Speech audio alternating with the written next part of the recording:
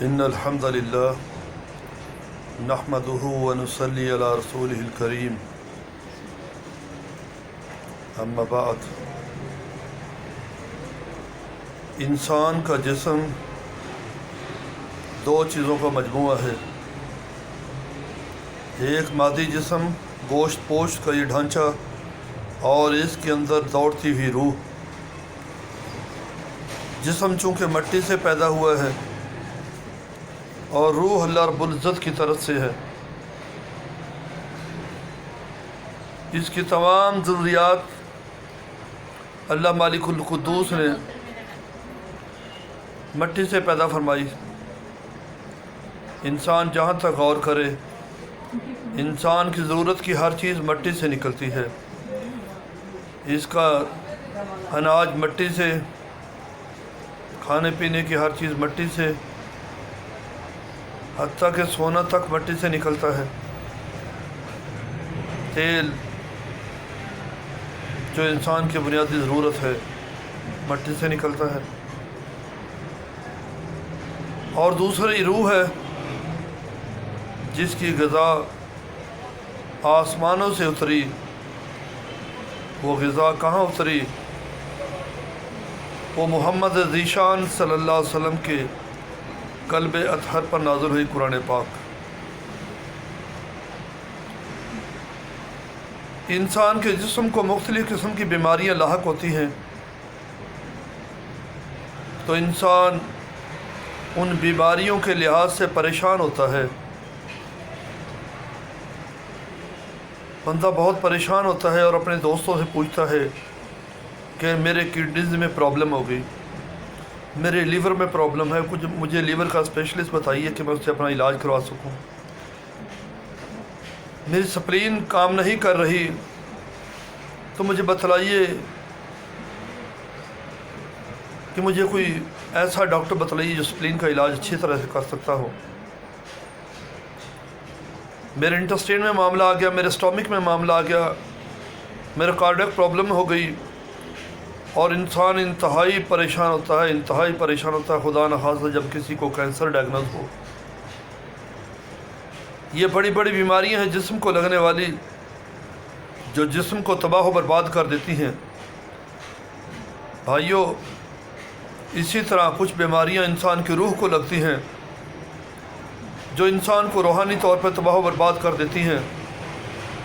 جس طرح جسم کو لگنے والی بیماریوں میں درجہ بندی ہے، چھوٹی اور بڑی بیماریاں ہیں، کوئی کم نقصان کرتی ہے، کوئی بہت نقصان کرتی ہے، اسی طرح روح کو لگنے والی بیماریاں بھی اسی طرح ہے۔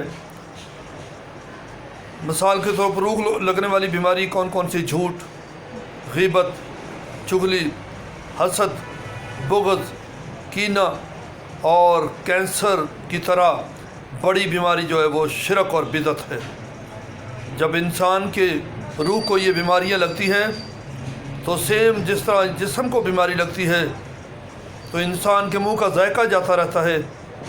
انسان کو اچھے سے اچھا کھانا دو، اس کو کھا نہیں پاتا، کہتا ہے میرا دل نہیں چاہ رہا، مجھے اس کا ذائقہ اچھا نہیں لگ رہا۔ آپ مرغ مسلم بھی دیں، عام آدمی جو صحت مند ہے وہ اس خوراک کو دیکھے تو اس کے منہ میں پانی آ جائے کہ اتنی اعلیٰ اور اتنی عمدہ اور اتنی لذیذ خوراک، لیکن جب اسی خوراک کو وہ بیمار دیکھتا ہے تو وہ کہتا ہے نہیں میرا دل نہیں چاہ رہا، مجھے اس کی بو اچھی نہیں لگ رہی، مجھے اس کا ذائقہ اچھا نہیں لگ رہا، چونکہ وہ بیمار ہے۔ اسی طرح جب انسان کی روح بیمار ہوتی ہے، اس کو عبادت کی لذت نہیں رہتی، اس کو عبادت میں لذت نہیں آتی۔ وہ نماز پڑھنے کے لیے کھڑا ہو تو اس کا دل بے چین ہوتا ہے، کون سا لمحہ ہو میری مصلی سے جان چھوٹ جائے، کون سا لمحہ ہو یہ مصلی میری جان چھوڑ دے۔ دل تنگ پڑتا ہے، دل پر گھبراہٹ ہوتی ہے۔ جس طرح جسم بیمار ہے اس کا ذائقہ جاتا رہا، جب روح بیمار ہوئی تو اس کی عبادت کی لذت جاتی رہی۔ ہاں، نہ اس کو اللہ کے ذکر میں چین آتا ہے، نہ وہ نماز میں اللہ کا ذکر کرتا ہے۔ اللہ سورہ نساء میں فرماتے ہیں وَإِذَا قَامُوا إِلَى الصَّلَاةِ، یہ بیمار روح والا جب نماز کے لیے کھڑا ہوتا ہے وَإِذَا قَامُوا إِلَى الصَّلَاةِ قَامُوا كُسَالَىٰ، جب وہ نماز کے لیے کھڑا ہوتا ہے تو کھڑا ہوتا ڈھیلا ڈھالا. وَلَا يَذْكُرُونَ اللَّهَ، اور اس نماز میں وہ اللہ کا ذکر نہیں کرتا، کیونکہ ذکر کر نہیں پاتا. روح بیمار ہو چکی ہے، جھوٹ بول بول کر، غیبتیں کر کر کر، اور جناب علی کینہ، بغض، حسد دلوں میں رکھ رکھ کر دل تو بیمار ہو چکا ہے، روح تو بیمار ہو چکی ہے. اب اللہ کے ذکر میں لذت کہاں سے آئے؟ نمازوں میں لذت کہاں سے آئے؟ عبادت میں لذت کہاں سے آئے؟ روح کا تو بیڑا غرق کر لیا. ہم سمجھتے ہیں یہ گوشت پوش کی زبان ہے، 2-4 انچ کی جو چلتی ہے کچھ بھی نہیں کرتی. لیکن ایک بات یاد رکھو، میرا ذوالجلال والاکرام فرماتا ہے ما یلفظ من قول الا لدیہ رقیب عتید، اے بولنے والے تو کوئی لفظ نہیں بولتا مگر لکھنے والے موجود ہیں، اس کو محفوظ کرنے والے موجود ہیں. جب تو زبان چلاتا ہے تیری زبان کے نکلے ہوئے اثرات اثر رکھتے ہیں. کسی کی خیر کی بات کرے گا تیری روح شاداب ہوگی، تیری روح خوش ہوگی، تیری روح صحت مند ہوگی. اگر کسی کے بیڑا غرق کرنے کے لیے کوئی زبان چلائے گا، کسی کا دل دکھانے کے لیے زبان چلائے گا، کسی کے عزت نفس کو مجروح کرنے کے لیے زبان چلائے گا، اس کا اثر تیری روح پر بھی پڑے گا. تیری روح بیمار ہوگی، تیرا اعمال برباد ہوتے چلے جائیں گے، تیرا ایمان برباد ہوتا چلا جائے گا. پھر تجھے نمازوں میں لذت نہیں آئے گی، پھر تجھے ذکر و اذکار میں لذت نہیں آئے گی، کیونکہ تو نے اپنی روح کو بیمار کر لیا خود ہی. ہاں اللہ کی قسم ہمیں چاہیے کہ ہم دوسروں کی خیر کی کلمات منہ سے نکالیں، ایسے کلمات منہ سے نکالیں جس سے کسی کی عزت نفس مجروح نہ ہوتی ہو. مذاقتاً بھی ایسا لفظ نہیں منہ سے نکالنے چاہیے جس سے کسی کی عزت نفس مجروح ہوتی ہو، کسی کی ذات برباد ہوتی ہو. کسی کا تمسخر نہ کریں، کسی کا مذاق نہ اڑائیں. اس کو اللہ پاک نے سورہ حجرات میں ویسے ہی منع فرمایا ہے.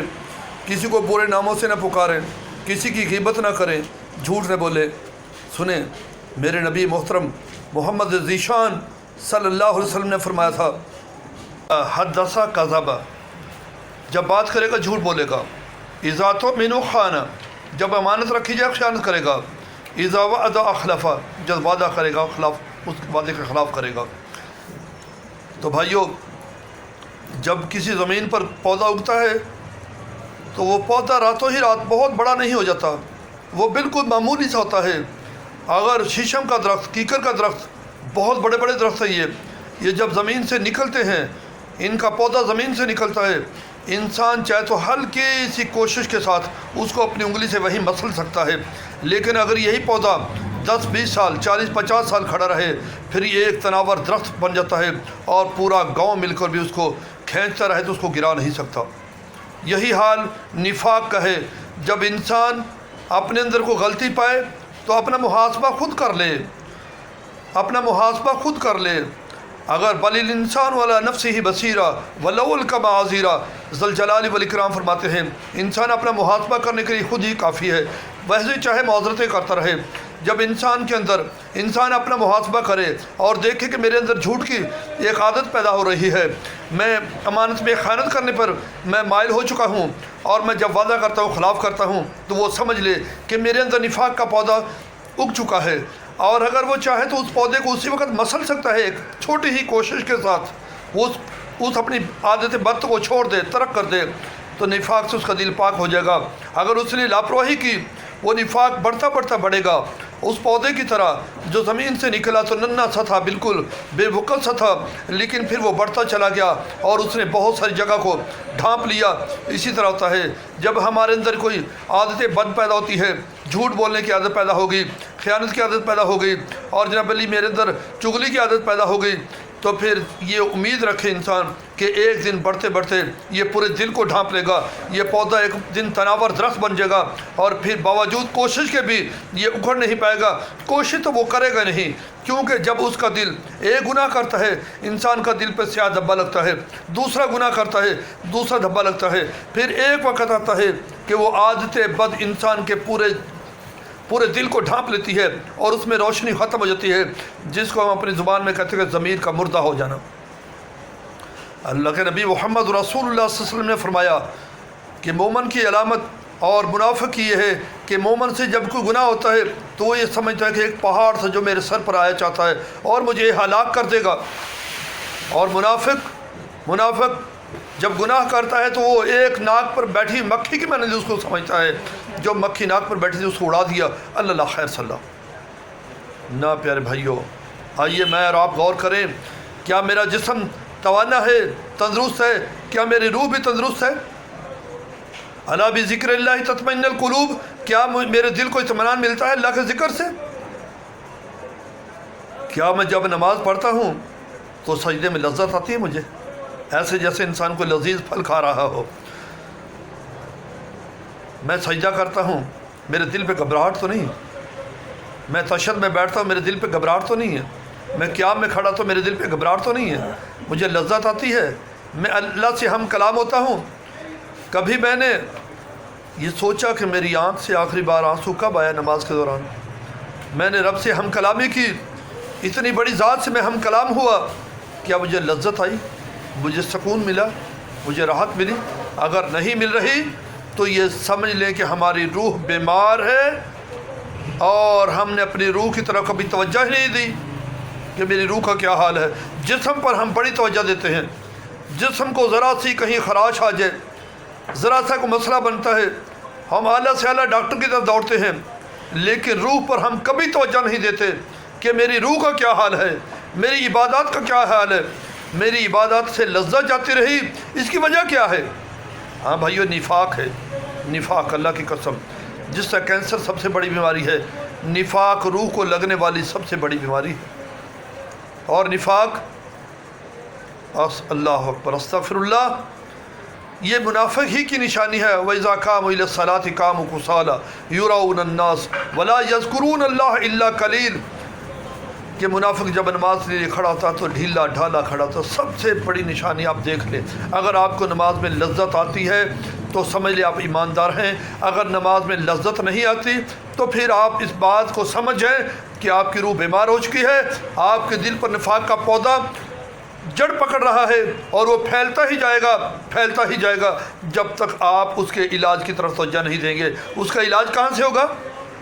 جس طرح آپ جسم کے علاج کے لیے اچھے سے اچھا فزیشین ڈاکٹر ڈھونڈتے ہیں اور کوشش کرتے ہیں کہ ایسے فزیشین سے میرا رابطہ ہو، وہ میرے جسم کا ٹریٹمنٹ کرے، جس کے بارے میں پوری معلومات رکھتا ہو، تو اسی طرح روح کے علاج کے لیے علماء حق کی طرف رجوع کی جائے جو قرآن و حدیث سے مسئلے کو بتلائیں. جب آپ اپنے جسم کے علاج کے لیے کسی ٹریکٹر کے یہ مکینک کے پاس نہیں جاتے، کسی الیکٹریشین کے پاس نہیں جاتے، کسی جناب علی آپ اعلیٰ سے اعلیٰ انجینئر کے پاس نہیں جاتے، آپ ڈاکٹر کے پاس جاتے ہیں، ڈاکٹر سے رجوع کرتے ہیں، تو اسی طرح اپنے روح کے علاج کے لیے کسی فزیشین سے رابطہ کریں جو آپ کی روح کا علاج کر سکے. فزیشین سے مراد علماء حق، ہاں وہ عالم دین جو اسلام کے نام پر دکانداریاں جما کر بیٹھے ہیں، وہ جو جن کو اسلام کا ایک الف بے کا پتہ نہیں، کوئی کہیں سے پکڑ کر ٹوٹکے اور نسخے لے کر ایک اس نے چربا بنایا ہوا جس کو اسلام کا نام دے دیا ہے. ان کے پاس آپ کو حق کی بات نہیں ملے گی. تو حق کی بات کہاں سے لایا؟ میں انڈیا سے لایا. تو حق کی بات کہاں سے لایا؟ میں انڈیا کے فلاں شہر سے لایا، میں بغداد سے لایا. ارے نہیں بھائی، حق کی بات تو ملے گی مکہ اور مدینہ سے، حق کی بات تو ملے گی قرآن و حدیث سے، حق کی بات تو ملے گی محمد رسول اللہ صلی اللہ علیہ وسلم کے رب اعلیٰ ذل جلال والاکرام سے. ادھر رجوع کیجئے. خام کا انجینئر جو ہے وہ انسانی جسم کے متعلق نہیں جانتا، الیکٹریشین انسانی جسم کے متعلق نہیں جانتا، ٹریکٹر کا مکینک انسانی جسم کے متعلق نہیں جانتا. آپ ان کی طرف رجوع کریں جو علم رکھتے ہیں. فَعَلْمَ أَنَّهُ لَا إِلَهَ إِلَّا اللَّهُ. اللہ ہمیں عمل کی توفیق عطا فرما دے. سبحان ربک رب العزت عما یصفون وسلام علی المرسلین والحمد للہ رب العالمین.